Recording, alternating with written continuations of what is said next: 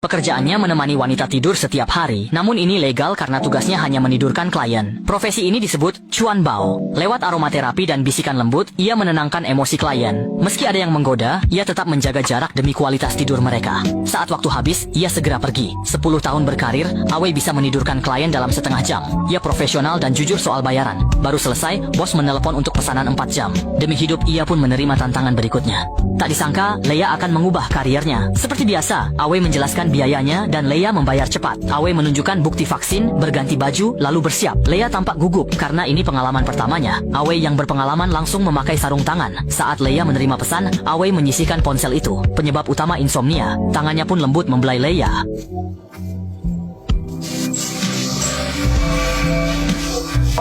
Leia mulai tak tahan.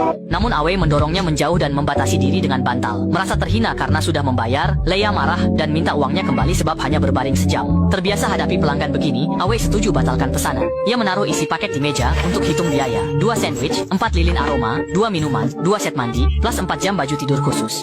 Total 2.000 yuan, layanan sejam 2 menit, potong ongkos transport serta sarung tangan sekali pakai.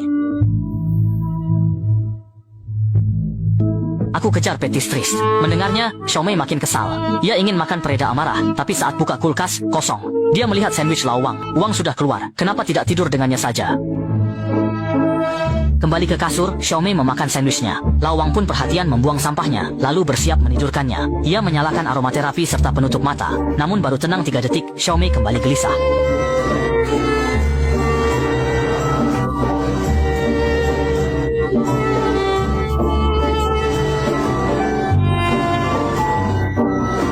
Kali ini dia memutuskan harus membuat Jin Mei cepat tertidur. Namun, belum sampai 1 menit, Jin Mei sudah mulai gelisah lagi. Dalam menghadapi situasi yang sangat sulit ini, sepertinya memang sudah benar-benar tidak ada lagi pilihan atau jalan keluar lain yang bisa kita ambil.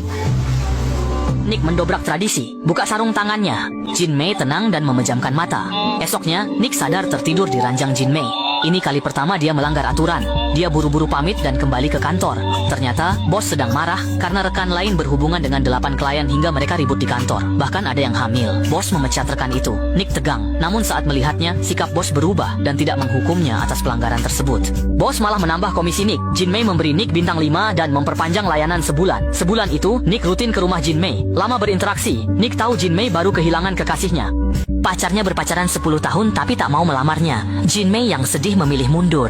Nick berempati pada kliennya. Ia merasakan kesedihan Jin Mei dan ingin membuatnya bahagia. Sebulan berlalu. Hari itu, Jin Mei menyiapkan makan malam mewah. Mereka makan sambil mengobrol gembira. Meski tampak santai, Jin Mei berat hati berpisah dengan Nick. Usai minum anggur, suasana menjadi hangat dan penuh semangat.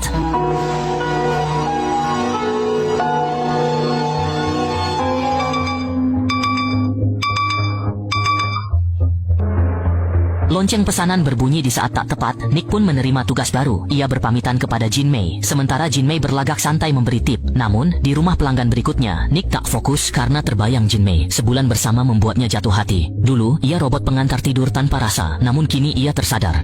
Tanpa ragu, ia ke kantor mengundurkan diri. Wajah bosnya langsung muram. Jika Stephen pergi, bosnya akan sendirian dan perusahaan bisa bangkrut. Namun Stephen tak peduli. Demi cintanya, pekerjaan ini ia tinggalkan. Membawa bunga untuk menyatakan cinta pada Monica, Stephen tak menyangka lift penuh sesak. Saat itulah ia melihat mantan pacar Monica di sana.